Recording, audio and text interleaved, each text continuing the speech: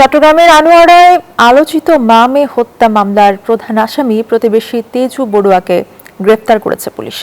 রবিবার রাতে পটিয়া থেকে গ্রেফতার করা হয় তাকে। সংবাদ সম্মেলনে পুলিশ সুপার জানান, পারিবারিক দ্বন্দ্ব এবং ঋণ সংক্রান্ত স্ট্যাম্প চুরি করতে গিয়েই এমন হত্যাকাণ্ডের ঘটনা ঘটেছে।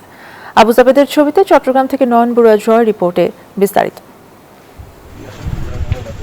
40 বছর বয়সী এনি বড়ুয়া এবং তার 16 বছর বয়সী কিশোরী মেয়ে পিয়ন্তি বড়ুয়া খুন হন প্রতিবেশী তেজু বড়ুয়ার হাতে। শনিবার রাতে চট্টগ্রামের আনোয়ারা চেনামতি গ্রামে নৃশংস এই হত্যাকাণ্ডের ঘটনায় হতবাক এলাকাবাসী। পরে মামলা হলে রবিবার রাতে অভিযুক্ত তেজু বড়ুয়াকে পটিয়া থেকে গ্রেপ্তার করে পুলিশ।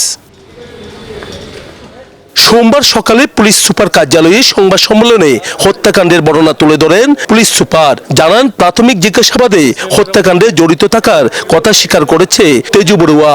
তেজপ্রিয় বড়ুয়ার কাছ থেকে যে তথ্যগুলো আমরা পেয়েছি সে ঘটনার সত্যতা স্বীকার করেছে। ঘটনার সাথে সে একমাত্র সে নিজেই জড়িত ছিল।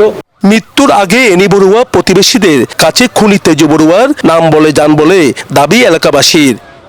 এইভাবে যেভাবে মাসে আমি ওকে এইভাবে মারতে বলবো। এই হত্যাকাণ্ডে দ্রুত বিচার দাবি নিহতের স্বজনদের।